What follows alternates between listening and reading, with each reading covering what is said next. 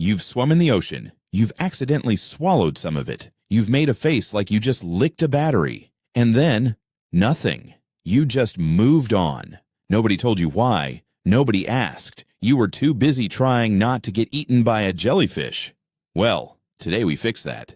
Because somewhere between childhood and adulting, we stopped asking the most obvious questions. Like, why is literally the biggest thing on this planet just aggressively salty? Now, your brain might go, fish pee in it? And yes, they do. Constantly. 3.5 trillion tons of fish, just absolutely going for it. All day, every day. But that's not why it's salty. That's a separate, horrifying fact you'll just have to sit with. Here's what's actually going on. And it starts with rain. Innocent little rain. When rainwater falls on land, it's slightly acidic, like a very, very weak lemon water. This acid slowly dissolves rocks. Rocks contain minerals. One of those minerals, sodium chloride, table salt.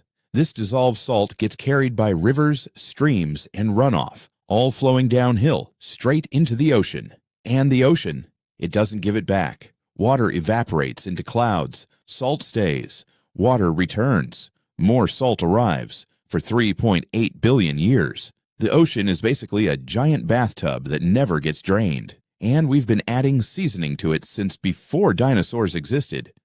But here's where it gets weird. If you took all the salt out of the ocean, every last grain, and spread it evenly over every continent on Earth, it would form a layer 500 feet thick. That's taller than the Statue of Liberty. Times 2. Just salt, covering every inch of land on the planet. That's not an ocean. That's a crime scene.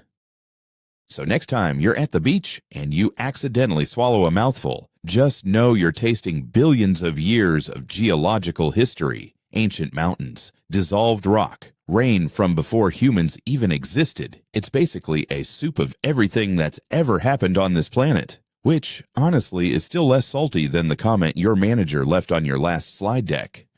You watched this whole thing, which means somewhere inside you, the 5-year-old who asked, "But why?" is still alive and well. Subscribe, because next time we're asking why the sky is blue, and the answer involves quantum mechanics, which is somehow even more unhinged than salty fish pee. See you there.